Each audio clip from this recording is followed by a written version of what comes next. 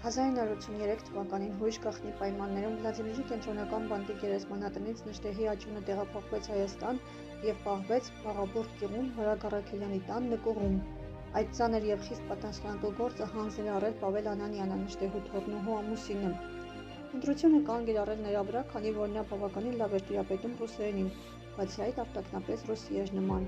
Երկար ժամանակ փնտրտուքներից հետո ի վերջո գտնելով Նժդեհի գերեզմանը, այն փորում է և հանում այնտեղից ոսկորներն իր հետ տանելով հյուրանոց։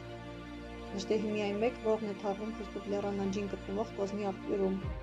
1987 թվականի մայիսի 8-ին Ռաֆայել Համբարձումյանի նախաձեռնությամբ ի վերջո տարիներ շարունակ նկուղում պահվելուց հետո Նժդեհի մասունքները բերվում են Վերնաշեն գյուղի մոտ գտնվող Սպիտակավոր Աստվածածին վանք և թաղվում այստեղ։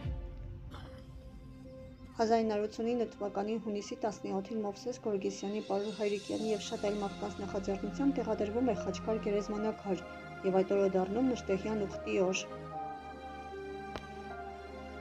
Երբ Կապանում կառուցվեց Նժդեհի համալիրը, Սպիտակավորից Նժդեհի աճը հանվեց և տեղափոխվեց այնտեղ։ Ահա այսպես Նժդեհն ունեցավ 3 գերեզման։